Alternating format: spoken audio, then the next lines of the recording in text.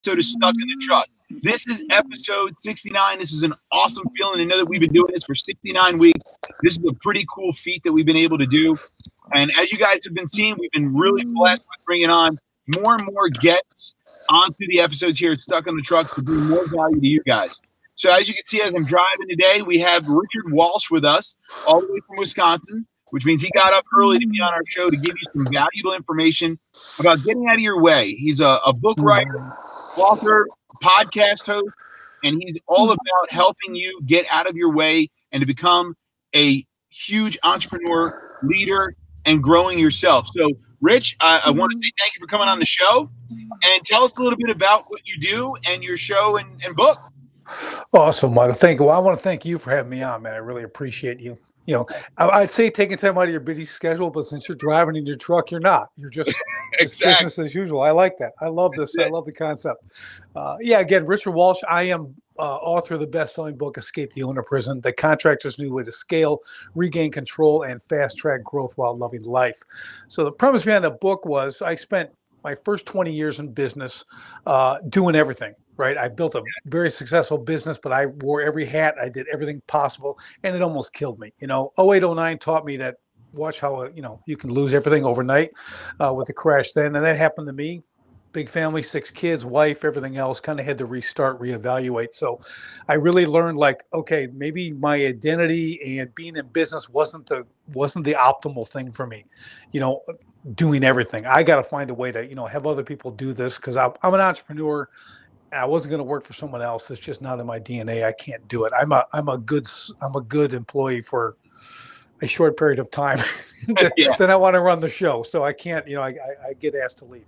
So from there, I learned okay, you got to delegate, you got to put this stuff together, but how can you do all this? So I ended up starting a couple more businesses, which put my philosophies in place, started working that, got more success, then decided to write the book and really found my gift was in helping others, training, teaching, that's my thing, and of course I can write a bit. And so I put all that together and created an academy called the ETOP Academy, which is Escape the Owner Prison Academy, and started coaching business people, right, and just showing them the way to get out of it. And that was kind of the gist of my whole recent business is my whole ETOP, Escape the Owner Prison, like I said, podcast, everything else. But my greatest joy comes from helping other business owners who really are trapped in their business, right? I mean, they're working, sun up to sundown plus. And I got to get the balance. I know I don't like the cliche work-life balance because it's kind of goofy in a sense. I mean, we're entrepreneurs, we work, right? I mean, there's no getting around it. You're not going to sit on a beach and work a couple hours a day. All right. It's not, if you're a true business. I gotta say, so what was that, the one you said, work, life, what was it? Balance, the work-life balance. Work-life balance. Yeah. Okay. So, when I was younger, I can't, it's funny. So I've been in business since I was actually 13. I've been self-employed for the majority of my life, starting different companies and stuff. And one of the funny parts about it is I can't remember who this gentleman was, but I was really young. I was in my teens, and I remember a gentleman telling me that you're going to work 78% of your life. And if you think about it, from 5 years old to the day you die, you essentially are working because school is work. You wake up every day, you go to school, you have recess, you have lunch, you come home, you have homework. Then all of a sudden, when you graduate, you go to the next step, which is work. It's employment. It's the Industrial Revolution, right? So he says that if you're going to work 78% of your life, you might as well make work the best place to be and the most fun place to be. So don't focus on the vacations and the off time. Focus on making your job the best time because that's where you're going to spend 78% of your life. Yeah, dude, that always stuck with me. And because, here, I'll tell you something that's funny is, so last night I was in my office doing my other podcast, Dog Talk, and one of my staff came up to me and said that we had ghosts in the building. So today I decided that I got my Ghostbuster outfits on, right? And I got my proton pack, and I got my trap, and I got the PKE meter, and I'm going to bust into Bowag Pet Resort today, and we're going to check the entire place. All right? So this it's the greatest thing, man. You got to have good times with your staff and make it life, right? So where do you come in with that thought process? Is that a good idea, bad idea from your experience? I'll tell you, Monday is my favorite day of the week. Does that Really? explain it? Okay, Yeah. people had to. I weekends for me. I have 6 kids, right? So now they're getting a little older now. They're just starting to hit their teen years. But you can imagine a weekend. There's no schedule. It's just like crazy. There's kids. Work is like control. Okay, but like you said, I get to develop what I love to do. So I get to go and be super passionate about what I want to achieve. I get to make everything measurable. So for me, it is just like you said, just like that guy said, which is amazing that stuck with you all this time. That's what you got to do. You got to make it worth going there. If it's drudgery, go get a job. You can go be miserable anywhere, right? Yeah. When you get to choose, when it's your business, it's 100% your choice to have a good time. Like you're saying, if you can't figure that out, well, maybe there's some deeper issues that we're not going to talk about here, right? Yeah. But you got to be able, you got to be able to build a good time, and help others. I'm about helping people. So that alone, when I see other people's success, that's what I love. I love it. So that to me, it's not even work, as they say. Yeah, it's definitely one of those scenarios where I look at things and, so I started stuck in a truck, being stuck in traffic and wanting to give a message to my kids and grandkids. It's sort of how this show started. And it's been growing and blossoming and taking information I've learned, connections, and people like yourself, getting them out here to help other people achieve what I have achieved. I'm 37 years old. I own 4 different corporations currently. It's one of those things where I'm trying to get more people to see that life is what you make of it, right? I mean, being able to be an entrepreneur, I believe it's in our DNA, right? So one of my big mentors is Darren Hardy. I listen and study all of his stuff, and he talks about how we are blessed with, we're born with the entrepreneur spirit, right? And I think that's an amazing thing to feature, is because taking what you've learned from working with multiple companies, right? Where do you see it takes? Where do you think people fall off? Is it the routines? Is it the insecurities of risk taking? Where do you think people really need the push or the comfort to get over the hump of going and getting what's theirs? Yeah, you have to be risk averse, right? So you have to you have to like embrace risk. I mean, if you're talking about people getting into business, okay, you've got to understand it's calculated risk. All right. It is risk, but you have control of that risk. So it's not, I don't really even consider it risk in the sense that, I have control of it. So if I fall down and I can't get back up, well, that's my issue. Right. It's not the business or anything else, so there's a persistent aspect in that too. I think a lot of people, they don't understand the concept of what I call economic engine, right? Your business is the greatest economic engine you could possibly have. If you want to create freedom in your life, having a business is the number one way to do it. There's no way around. You can make as much money as you want, have as much freedom as you want. You can also have as little freedom as you want. Okay, if you do it wrong. I mean, there's a lot of things that go into it, but that economic engine, that's what creates freedom. And it's not, again, the accumulation of money. It's what money represents, right? It's what you're able to do because you've created this freedom. You're helping other people. So a lot of people don't get that concept. They don't understand the power of entrepreneurship. They really don't, because it isn't taught. It just isn't taught in regular public school and stuff like that. Right. So now, when you think of entrepreneurship, right, some people look at it as you just own your own job or you own your own business. But I also think that you can be an entrepreneur within a company itself. Like, I know your book is sort of escape the boss and not be, an employee, I guess. But I also feel that you can get into a career you truly enjoy, and with your entrepreneur spirit, go get attitude, you take your career to a whole new level, right? Again, I've always been taught, and in my mind is always that you have to enjoy your career. You have to enjoy what you do every day. It's 70 or maybe even 80% of your life, right? Yeah, because here's the thing, right? I call it ownership attitude. Okay. Right? If you work for someone, if I go work for someone, literally, I have ownership attitude. I mean, I look at everything like an owner would.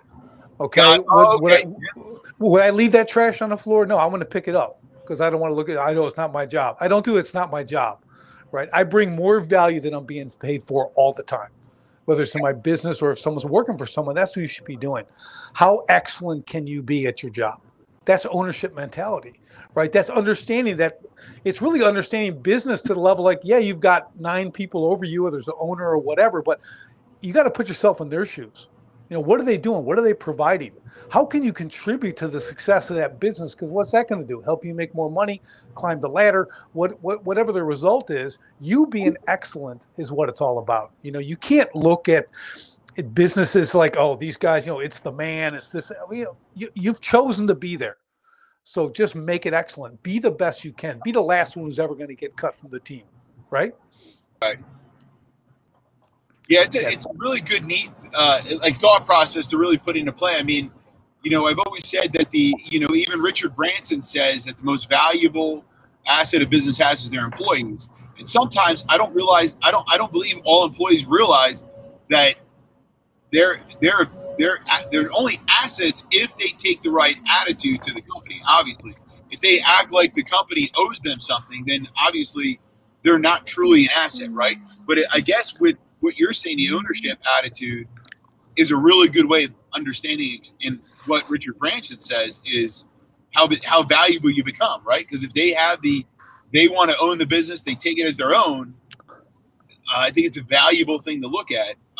So a funny thing to think about is, so my son and I, so I'm a huge Lego fanatic. Okay. I got to tell you this. So I'm a giant, what they call 8-ball, an adult fan of Lego. And I have 2 sons, and my one son always used to demolish whatever I built. Like, absolutely just like, Dad, can I play with it? I'm like, yeah. And next thing you know, we're missing pieces all over the house. Like, it's just the way it was, right? My son's now 11 years old. He works. He makes his own money. And he decided to buy a few Lego sets himself he built. And suddenly, he needed a shelf. They had to be put on a shelf. So when he's done playing with it, they go back on the shelf. They dust them off. They clean them off, right? And I turned to him. I said, you ever notice how you change the way you treat the Lego? And he says, what do you mean? I treat Lego good. I said, no, Travis. The ones that you bought are treated way better than the ones I bought, right? And I always wondered how you can relate that back to everybody else without, bringing in what you purchased, like financially purchased. And what you're saying is the ownership attitude. Act like you own it is a really powerful way of understanding what you need to do every day, right? Yeah. So tell us a few steps that you go over in your book that really helps people grasp that thought process. Well, everything, there's steps, right? And if you want to scale a business, so, a lot of my book is scaling. It's going from 0 to 1 million, million to 5 million, 5 million to 10 million. It takes you through those steps of that book. In the beginning, first I have like concept to creation, right? So you do all those details. But the next thing that I always tell people, and a lot of people overlook this from a business standpoint, is exit strategy. All right. In the beginning, even if you haven't launched day one, you need an exit strategy in your business. Okay. If you don't know where you're going, when you're going to get out, what's the number? What's the date? What level are you going to achieve? How much is enough, right? How are you going to create passive income to replace that business income? How are you going to do that so you can step away? How much do you want for that business on that day? Is it 2 million? Is it 10 million? Is it 100 million? What is it so that you can work towards that? Because here's the thing, Michael, that exit strategy becomes the ultimate business filter. Every decision you have to make in your business has to either, propel you towards your exit strategy or detract you from it, right? If it detracts you from it, you don't do it, right? Because you're on a path. It's like the big goal thing, but it's so important that so many people, I overlooked that in the beginning, right? When I started, and it'll crush you later. Yeah. Right? That's a biggie. Yeah, I do. So I'm also a consultant. I do business consulting as well. And that's something I talk about a lot, is having an exit, how to know how to build a residual income afterwards. Because a lot of people have the mindset of just giving it to their kids. Like you're building that family business that gets passed down the generation.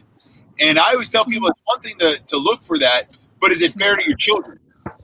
Right? How do you know if children want to do that? Is it fair to your kids to put an unrealistic expectation on them? Because again, you built it, right? You had the passion for that. And now you're asking your child who might not have the passion for it, might not be into the business running, employment, management, or whatever it may be, right? And is it fair to them, right? So you have to know that you need to be able to like you just said, have the exit strategy. What is the numbers? And more importantly, I mean, obviously you can always pass it down to your children, but if you didn't plan for the selling of the business or moving on from the business, that's really what you have to think about is you missed out on a major step, which could be 20, 30 years worth of work when it was time to leave. Right. And here's the important thing. You're 100% right in everything. And here's one more thing you can add to it. Okay. Even if your kids do take it, why would you not build that business to sell? Okay. So that either they continue that same value you built into it, you scaled it properly, you develop teams that someone actually wants to buy. Because they may get to a point. Okay, great. Maybe they're going to take it another 30 years. Okay, but now instead of 25 million you could have sold for, now you got to sell it for 175 million. Whatever, because they understand the principles that you built and how to build a business. So you can make it more attractive to them. But again, options, right? We all want options. You can either sell it, kids don't want it. Okay, I'm out. Great. They'll get the money one way or another, right? When you check out, they'll get the money. So, it's all good. You're going to benefit in one way or the other, but you're exactly right about the expectations on your family run businesses, what your children want to do. I'm teaching my kids to be entrepreneurs. They are selling things. They're working small businesses now, which is great, but that's up to them, right? Because they have to put their own personality, their own desires, their own passions into what they want to do. You don't want to pigeonhole them because you're going to create misery for them. Yeah, like I always said, you don't know, my parents had 4 kids. I have 2 brothers and a sister. Our interests are completely different. If my parents had a business and which one of us gets it? Oh, no, you all get it. And then that, which one of us cares? Which one of us doesn't? And you think about that creates animosity and stuff like that amongst your kids because you don't know who's going to be the one that's going to take that thriving point, right? Where we think about it. So that brings up another good question that since I have you here is I get asked all the time, hey, what's the difference or why you should choose one over the other? LLCs or sole proprietors, LLCs, S corps, and I'm going to tell you, Don, I'm personally a fan of S corps.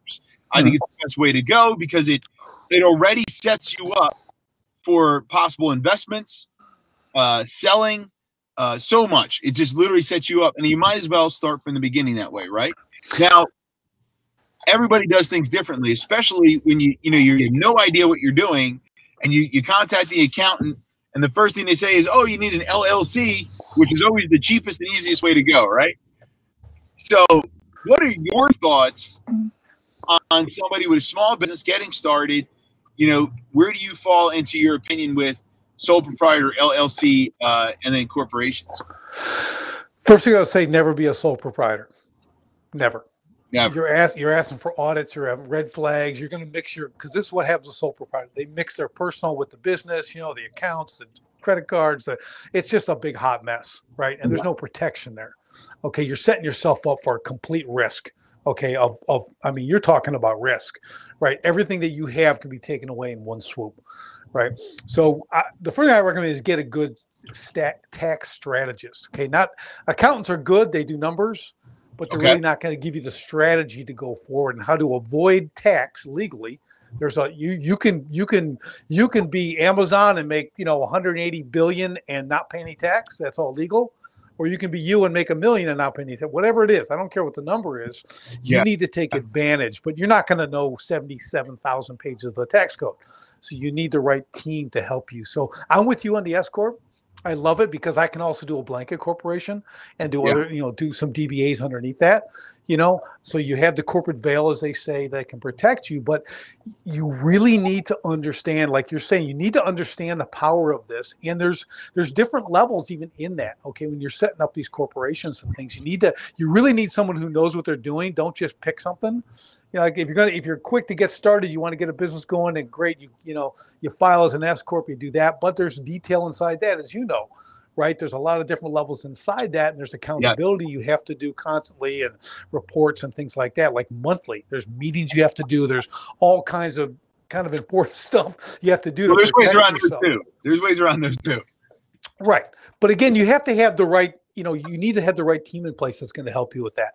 Yes. Because they're going to help you keep a lot of your money, because as we know, everyone wants our money, right? Government included, or mostly.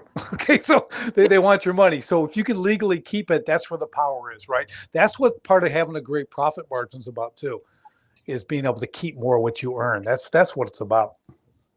Yeah, exactly. I always we used to joke that growing up in northern New Jersey, that the mafia, it was only shut down because they were infringing on the government. Yeah, exactly. Their competition. Their competition. Yeah. Competition. Yeah. Taxes. You're never going to evade taxes. It's just the way it comes down to. You do your best. But when it comes into business, there's a few things that I've always told people, which is one, stop worrying about taxes. The truth be told is, so I used to be a volunteer firefighter, police officer. I'm a combat veteran from the United States Marine Corps. And I always tell Semper people, Fi, brother. all right, brother. So here's the thing. Another devil dog. Yeah, it's that's why we're hard charging and taking down. So here's the funny part about, I guess I look at certain things and I always tell people is this: stop trying to stress out on trying to cut the corner to save a dollar. Spend it. If you got to pay it in taxes, it's your way of taking care of our troops. It's your way of taking care of the police, the trash, the firefighters, everybody out there. Pay the taxes. It's what it's going towards. It's your contribution of giving back to the community. So don't worry about it as much. Don't stress on it. Just plan for it. And that's the way you're taken care of. And as you learn, you get your benefits. But you got to pay your fair share. If you can't physically give your time or knowledge to the people that make our country great, then turn around and throw a couple of dollars to them, so that way we at least help pay the bill, right? The next thing I always say is, stop trying to do every job that you don't know to do. You are an entrepreneur. You know what you want or what your product is. There's nobody out there that could tell us what your product is more than you can, right? Stop trying to do the job that you don't know how to do. Pay the other person. If you're not good at bookkeeping because you don't know bookkeeping, pay the bookkeeper. Don't go on YouTube, QuickBooks, online and try to think that you know how to do it. You're messing yourself up. You're wasting your time. Your time is your money as an entrepreneur. So you have to choose where you put your money, right? So I sat here and I said I wanted to do podcast and get my information out there. Well, I have a commute to work every day. What a weird coincidence that now I'm stuck in a truck, got talking and taking advantage of it. I just doubled down on my time. I didn't waste it. I added to it, right? So I might have paid, and maybe I'll take a picture of my setup in my truck, but I do have cameras, computers, everything set up in my truck to work so I can drive safely and be on here. But that money investment is a full return. It's getting information out to people. It's helping other people. It's well worth the money spent, right? So I guess, when you found yourself in your book and you're giving the people tips, do you find yourself struggling with people's thoughts in trying to do jobs that they don't know? And if they do, what is how do you guide them away from doing all that? Well, you're absolutely right on all that. Yeah, that's the whole premise of it, right? People are trying to do all this stuff. Like me doing books, okay, I'm a fool to think I can do my own books because I know me, okay? I have no interest in it. I don't want to do it, so I need an expert. So the problem with people, the first thing they're going to say is, I can't afford a bookkeeper. I can't afford. Okay, they're called virtual assistants. Okay, Yeah. they're like $4 an hour. Okay, you can afford it. Okay, I'm going to hook you up. So what I do is I give them the resources. I give them ways to delegate. And you start one thing at a time. So you don't have to do 10 things at once. This is the entrepreneurial trap, right? I got to do it all right now. No, just pick one. Get it handled, move to the next one.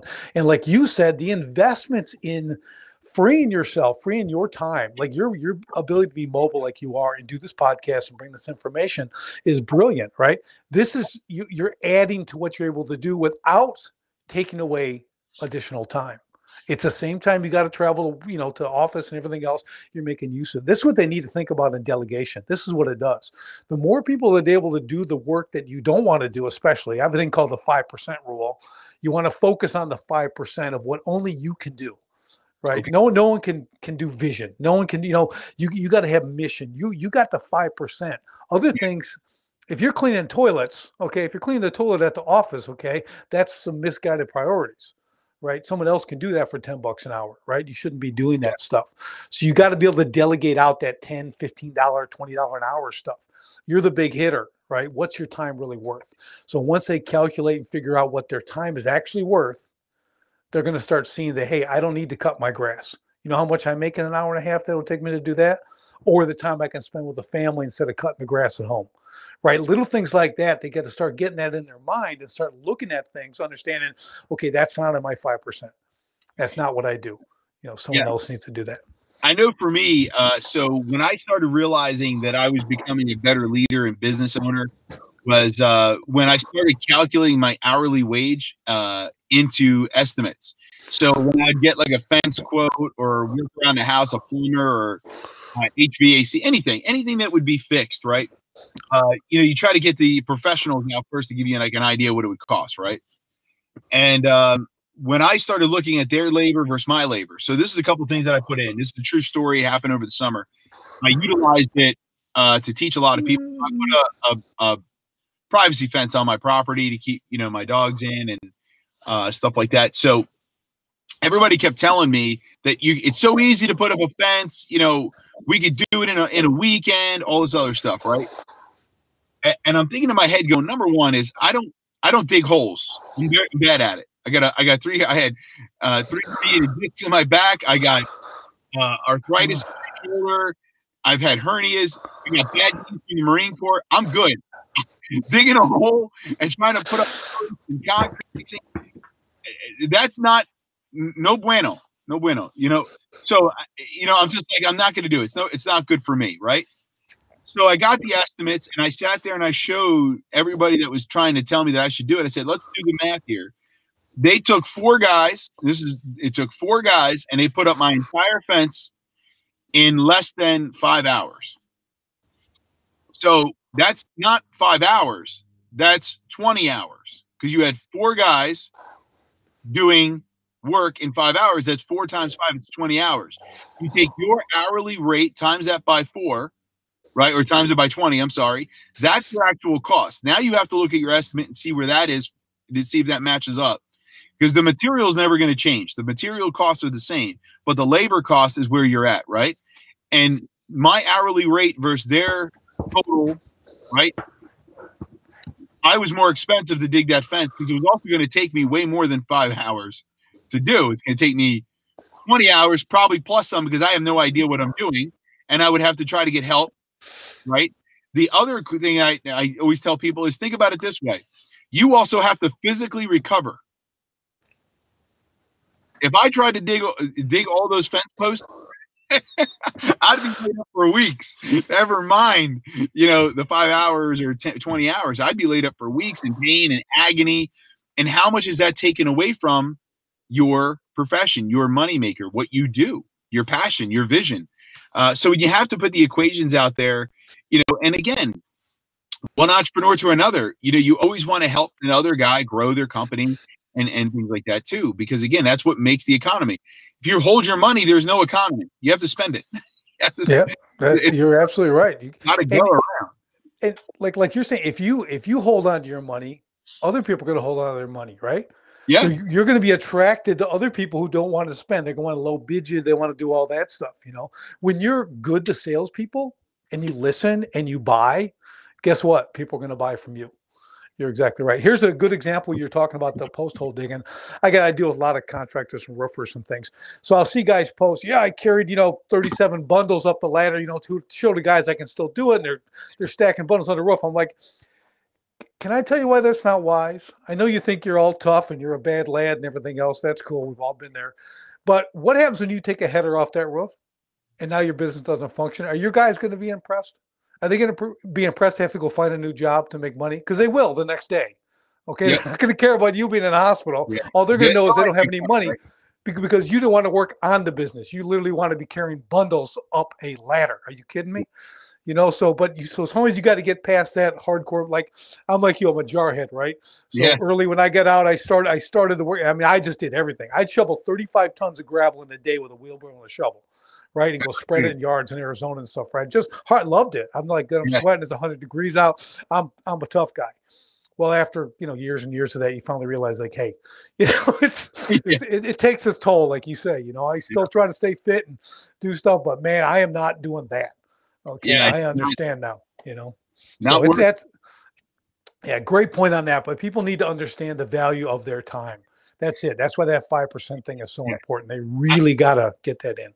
I always tell people, listen, you can walk around with a tool bag. It doesn't mean you need to use it. So I can walk around with a toolbox and be like, hey, look, I got tools. I know how to use them. Doesn't mean I'm going to. That's right. The biggest thing is being an entrepreneur. We talk about it's knowing the knowledge. It's not doing the knowledge. So it's going out there, like, our location here, we just purchased a new location. It's called Bowag Pet Resort. We're expanding it. We're doing construction. I have a phenomenal team. One gentleman that works for me, he really knows every ins and outs of all the construction and everything that needs to happen. And it's great because every time I have a question before I get the contractors out, I talk to him and get a real good grasp, of everything. So when the contractors are coming out, I'm already prepped for what they're going to talk about, so they don't like swindle me type of thing. But it's been very beneficial because of the fact that we're able to get more done. We're able to get a lot more things quicker. So again, what I'm meaning by this is that one of the things I've personally found that I could contribute a lot of my success to is the people I surround myself with and allowing them to be the experts that they are. When I was younger, there was a gentleman named Ed Norris that was the police commissioner in New York City. I don't know if you remember him or know him. So his name is Ed Norris. He was a police commissioner in New York City. Then he became Baltimore City and then Maryland State Police. And now he's a radio host at 105.7 The Fan in Baltimore. Yep. I know who he is. Yep. You know who he is. So I got the opportunity to work at CBS Radio 105.7 The Fan. A couple of years ago, I worked there. I had a radio show there, and I got to talk to Ed Norris and I asked him, I said, Ed, what do you contribute your success? I mean, you were the boss of not one, but 3 major law enforcement agencies. And he says, well, I don't know anything. I just know the guys that know everything, and I trust them. And I go, wow, that is the greatest thoughts I can ever hear in my life, because it's like, you're telling me that you were the expert in law enforcement. You just trusted the experts in the fields in law enforcement. And you played the game of chess by trusting those guys. And that's what I took away right from it. And I've applied it in entrepreneurship. I really suggest to other people is doing the same to get their businesses to the next level. Don't try to be the expert in everything. Trust the people that you have around you and surrounding yourself with. They know what you don't know. So listen to them. They're going to help you get to the next level. They want to see you succeed as badly as you do, right? Yeah, that's really important to understand, because that's leadership, right? Yeah. You're appointing others, and that's what it is, So the good thing about that, like what I do in my academy, when people in there, I teach them marketing, I teach them sales, right? But I don't want them to master it.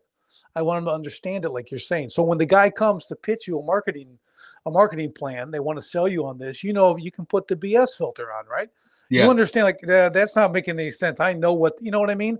Copywriting. You're not going to be a copywriting expert, okay? But understand what it should be, what its purpose is, and everything else. When people start telling you and you start reading what they've done, you go, well, that's not working. So it's all about that understanding and delegating, just like you said. Henry Ford did it, right? They tried to actually put the guy on trial for being ignorant. I mean, it's like the guy's running the most, got the assembly line, the most cutting edge everything, and he's just pushing buttons to get the tire guy, get the light guy, I'll get the seat guy. Here, they'll tell you all about it. You know what I mean? So that's the genius and the freedom aspect of running a good business. That's how you create the freedom, understanding what you just said. Exactly. So, Richard, I want to just give you an opportunity here to let everybody know where they can find your book and your podcast as we get ready to sign off. So if you don't mind, just give a quick shout out to where people can find your information. Absolutely. Escape the Owner Prison is on Amazon. Get on there. It's Kindle. It's, paperback, whatever. You can get all that stuff. ETOP Podcast, ETOP. Just look up the ETOP Podcast. You'll find it. I interview some of the best in business and everything else. You'll get a ton of great information, everything from marketing to tax to all kinds of great stuff. Having a lot of fun with my podcast, just like you. Of course, Escape the Owner Prison is what it's all about. So, Michael, I really appreciate you having me on today. It's been a lot of fun. It's been awesome, Rich. I hope maybe we can get you on maybe in January or February. So if you're interested, please go to my calendar and set up another time. I'd love to have you back on the show. And everybody, guys, check him out. Go to his podcast. Check out his book if you're really looking to take that next step. I don't think you'll be disappointed. So, Richard, I appreciate you being on the show and hope to have you on again. Thanks, brother. Semper Fi, my man. Semper Take care, brother. See ya.